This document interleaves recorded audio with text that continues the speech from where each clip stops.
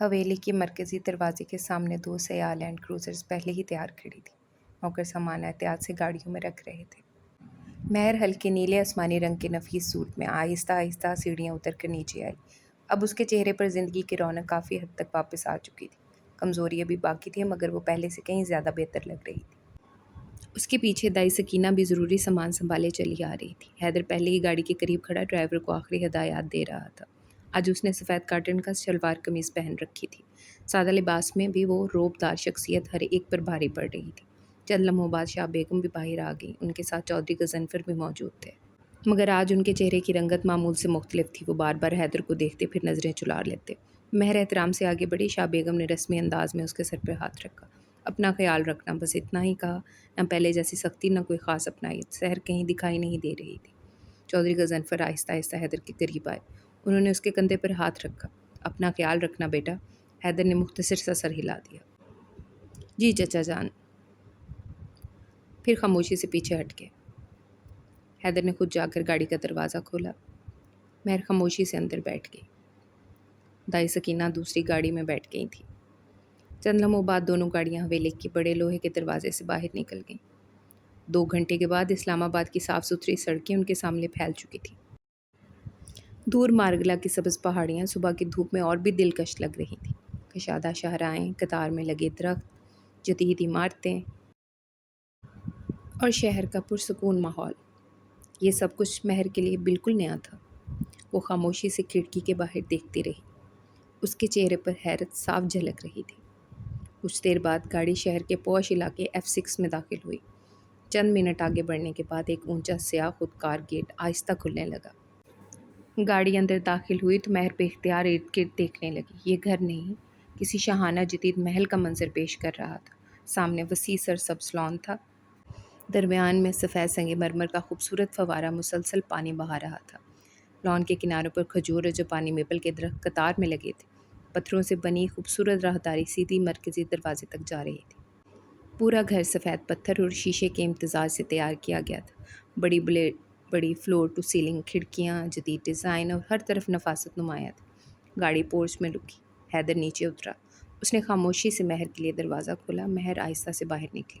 اس کی نظریں ابھی تک گھر کے حسن میں کھوئی ہوئی تھیں۔ حیدر نے مختصر سے لہجے میں کہا، چلو، اور دونوں اندر کی طرف بڑھ گئے۔ حیدر نے مرکزی دروازہ کھولا۔ مہر خاموشی سے اس کے ساتھ ساتھ اندر داخل ہوئی۔ اندر قدم رکھتے ہی اس کی نظریں بے اختیار چاروں طرف گھوم گئی تھیں۔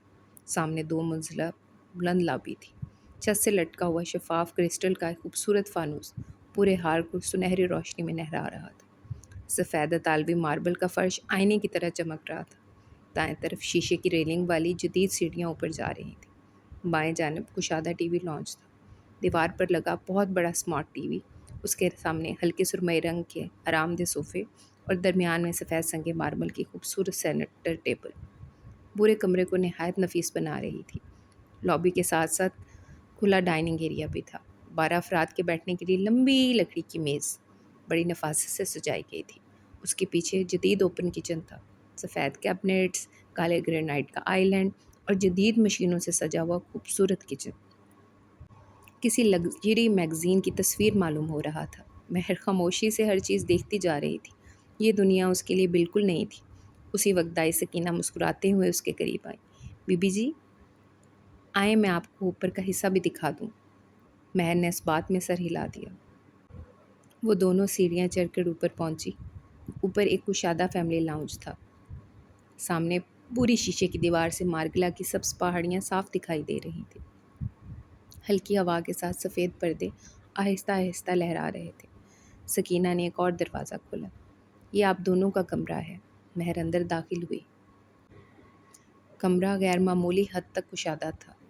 بادامی اور سفید رنگ کا خوبصورت امتزاج، لکڑی کا نفیس فرنیچر، بڑی شیشے کی کھڑکیاں اور ان کے ساتھ جڑی ہوئی وسیع بالکنی کمرے کو مزید دلکش بنا رہی تھی۔ ایک طرف واک ان کلازٹ تھا، اس کے ساتھ جدید غسل خانہ بھی تھا، جس میں سفید سنگ مرمر، شیشے کا شاور ایریا اور لمبا آئینہ لگا ہوا تھا۔ نیچے سے گاڑی سٹارٹ ہونے کی آواز آئی۔ مہر بے اختیار بالکنی کی طرف بڑھی۔ اس نے نیچے دیکھا۔ حیدر گاڑی میں بیٹھنے سے پہلے ایک لمحے کے لیے اوپر اس بالکنی کی طرف دیکھنے لگا۔ دونوں کی نظریں چند لمحوں کے لیے ملی۔ حیدر نے کچھ نہیں کہا، بس ہلکا سا سر ہلایا اور گاڑی لے کر دفتر روانہ ہو گیا۔ کچھ دیر بعد پورا گھر غیر معمولی طور پر خاموش ہو گیا تھا۔ مہر آہستہ آہستہ سیڑھیاں اتر کر نیچے آئی۔ اس نے پورے گھر کا ایک بار پھر سے غور سے دیکھنا شروع کیا۔ ہر چیز اپنی جگہ انتہائی ترتیب سے رکھی ہوئی تھی۔ ایسا لگتا تھا جیسے یہاں رہنے والے کو بے ترتیبی بالکل پسند نہ ہو۔ وہ ٹی وی لاؤنج میں آئی، بڑی شیشے کی دیوار کے سامنے کھڑی ہو گئی۔ باہر لان میں ہلکی ہلکی ہوا درختوں کو جھلا رہی تھی۔ چند مالی خاموشی سے پودوں کو تراش خراش میں مصروف تھے۔ یہ منظر حویلی سے بالکل مختلف تھا۔ نہ ملازموں کا شور، نہ ہر وقت حکم چلانے کی آوازیں، صرف خاموشی، سکون بھری خاموشی۔ دائی سکینہ ٹرے میں جوس لے کر آئیں۔ Be B G,